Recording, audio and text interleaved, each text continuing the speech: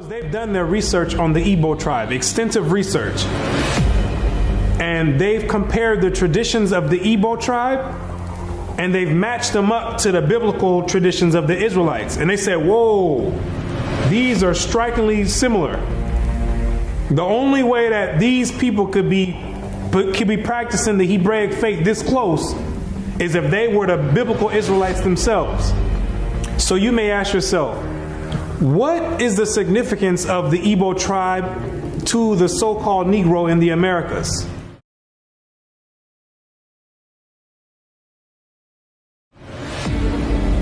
When you do the research, what you're going to find out is that the Igbo tribe is one of the main sought-out tribes that were captured and sold in the transatlantic slave trade and came right here to America.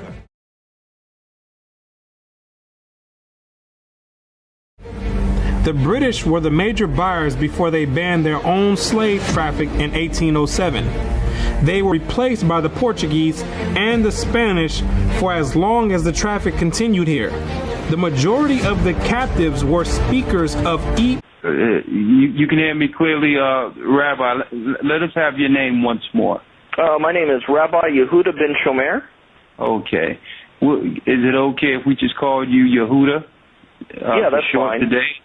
No, yeah, okay, that's fine. No problem at all. I'll go on even further to say this, that the slave trade is actually connected to Deuteronomy 28, because the majority of the slaves that were brought to the Caribbean islands and brought to the Americas were Ibu people, were people of Hebrew and Hebraic Israelite descent, if you will. And so if you read Deuteronomy chapter 28, it matches perfectly what happened to the Hebrew slaves, the black Hebrew slaves, during the slave trade.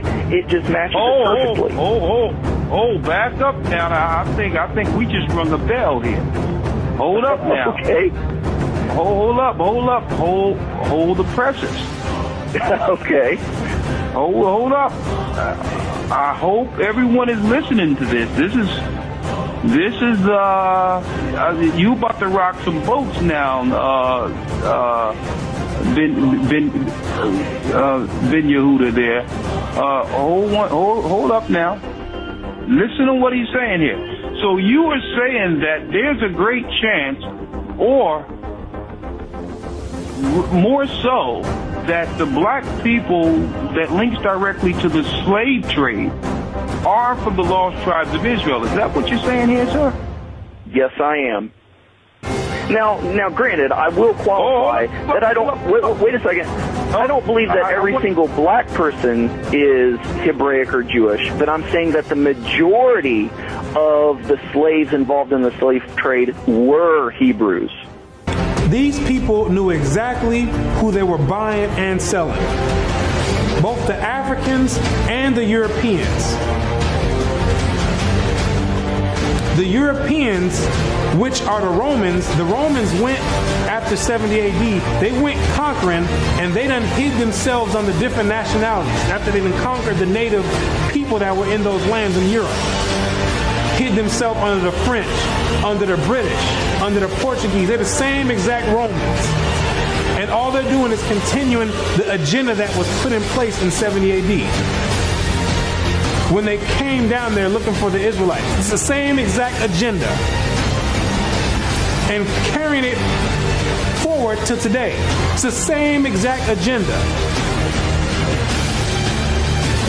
They knew exactly who they were aiming for. It's not by coincidence that all the history matches up perfectly with the Bible prophecies. It's not a coincidence. And then they push a doctrine on you in church talking about it doesn't matter. So then you never go and look for this information. Now you see exactly why they don't put none of this in black history, why they don't go prior to the 1600s. You start digging prior to the 1600s, and then you find out you come or descend from the Igbo tribe. You start doing your research. Well, let me find out a little bit more about this Igbo tribe. Then you find out that the Igbo tribe are known as fact descend from the 12 tribes of Israel. So then you say, hold on. Something's not right here. That's the exact reason why they don't go prior to the 1600s. You're not supposed to find out this information. They're supposed to keep renaming your nationalities every few years to cause confusion and to have you confused, not knowing who you are. Each year, something else come out. First you called Negro, then you called color. Then 10 years later, they switch it to African American. It's all by design.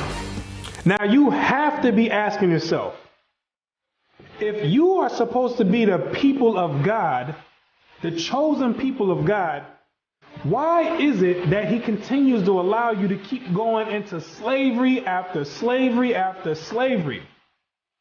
And why does he have you building up everybody's civilization off of the back of your slave labor?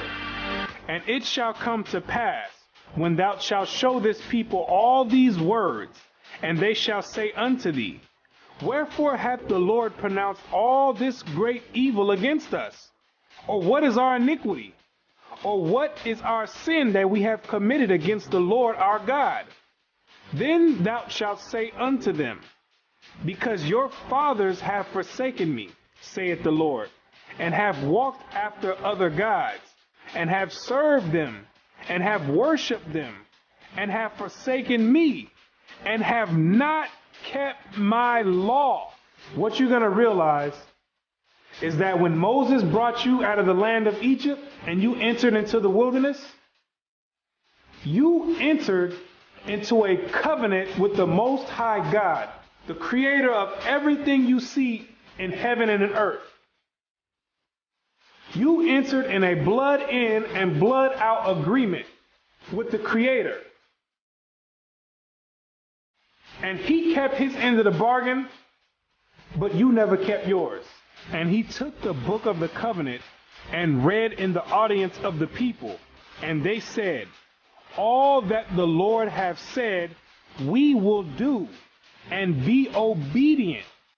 And Moses took the blood and sprinkled it on the people and said, behold, the blood of the covenant which the Lord hath made with you concerning all these words. Once Moses sprinkled the blood on you, there was no way out of it. You entered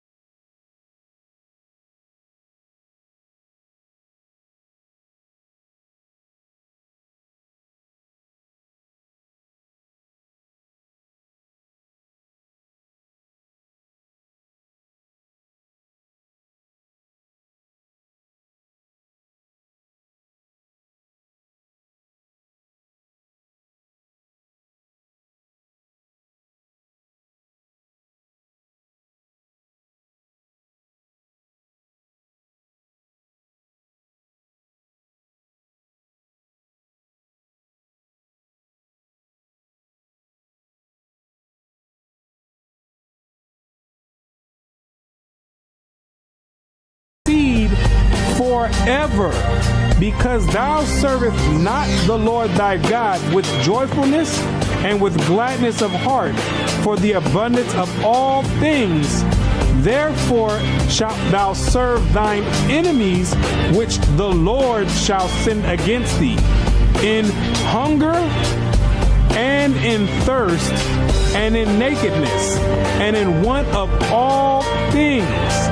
And he shall put a yoke of iron upon thy neck until he have destroyed thee. Something supernatural is about to happen with Africa and with the African American community. Let me say it again. Something supernatural is about to happen with the African American community. I have given 1,400 messages. I never once addressed the African American community. In reality, the prophets of Israel explained to us that it is this exact seed of Zera Israel, of the seed of Israel that found in Africa. Not only that is a Jewish seed, it is the seed that is needed to bring Israel to salvation. The entire salvation, because Yeshua said that the last will be first and the first will be last. Guess what? The prophets of Israel have agreed. It is those who are the least among our people, who are not even counted as our people today. They will be the one who will bring Israel to salvation. You ask Rabbi Shapira, how do you know that? I know it because my Bible tell me so. In Zephaniah chapter 3, verse 10 on, we read about the nations coming to their fullness. And as they come to their fullness, we see how this fullness is going to take place in part of the salvation of all of Israel.